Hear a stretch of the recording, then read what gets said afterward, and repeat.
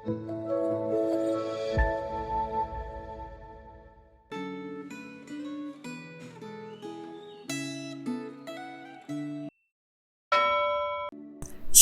Bapak Ibu Saudara, hari ini kita akan belajar firman Tuhan dengan tema menghargai anugerah Allah. Sebelum kita merenungkan firman Tuhan, mari kita berdoa. Tuhan, kami mengucap syukur atas berkat dan anugerah-Mu kepada kami. Kami diberikan kesempatan untuk merenungkan firman-Mu.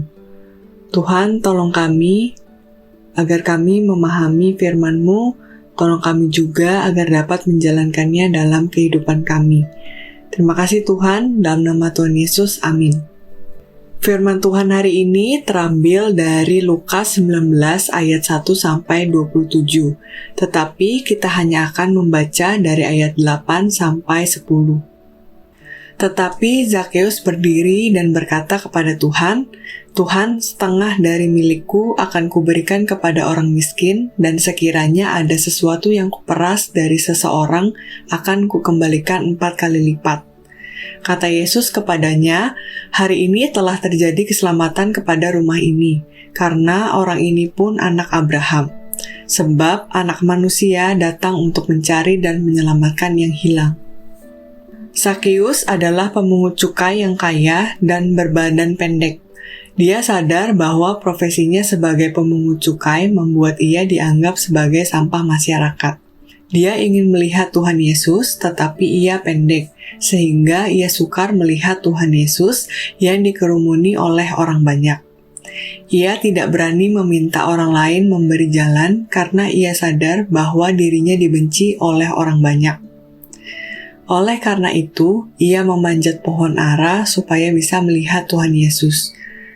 Dia tidak menyangka bahwa Tuhan Yesus menghargai ketulusannya, sehingga ia meminta Zakeus turun dan ia memberitahu rencananya untuk menumpang di rumah Zakeus. Keputusan Tuhan Yesus ini membuat banyak orang bersungut-sungut. Akan tetapi, hati Zakeus sangat tersentuh dan ia membuat keputusan yang radikal untuk menunjukkan bahwa ia telah bertobat.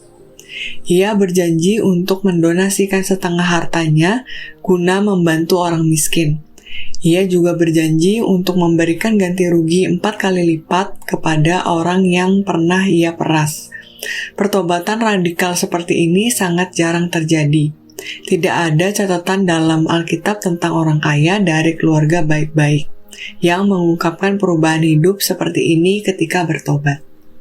Perumpamaan tentang uang mina yang diberikan kepada 10 orang hamba menunjukkan adanya perbedaan sikap saat para hamba itu menerima tanggung jawab untuk berdagang dalam situasi dan kesempatan yang sama.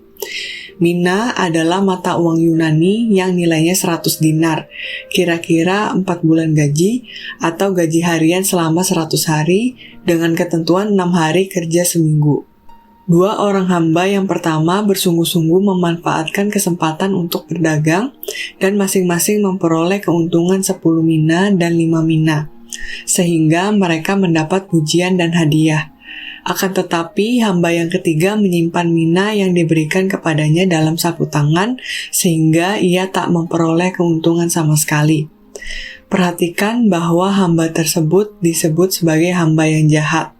Kisah para hamba yang diberi modal untuk berdagang ini mengingatkan umat Tuhan bahwa saat Tuhan Yesus datang kembali untuk yang kedua kali, kita akan diminta pertanggungjawaban atas apa yang kita lakukan saat menantikan kedatangannya yang kedua kali.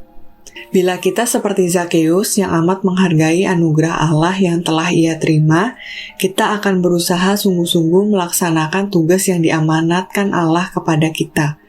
Akan tetapi, bila kita menolak atau tidak menghargai anugerah Allah, kita akan bersikap pasif dan akan menerima hukuman.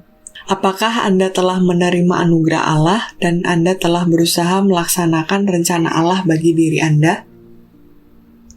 Mari kita berdoa. Tuhan, terima kasih atas firman-Mu hari ini. Berkati kami agar kami dapat menghargai anugerah Allah dan sungguh-sungguh melaksanakan tugas yang diamanatkan Allah kepada kami. Terima kasih Tuhan, dalam nama Tuhan Yesus kami telah berdoa. Amin.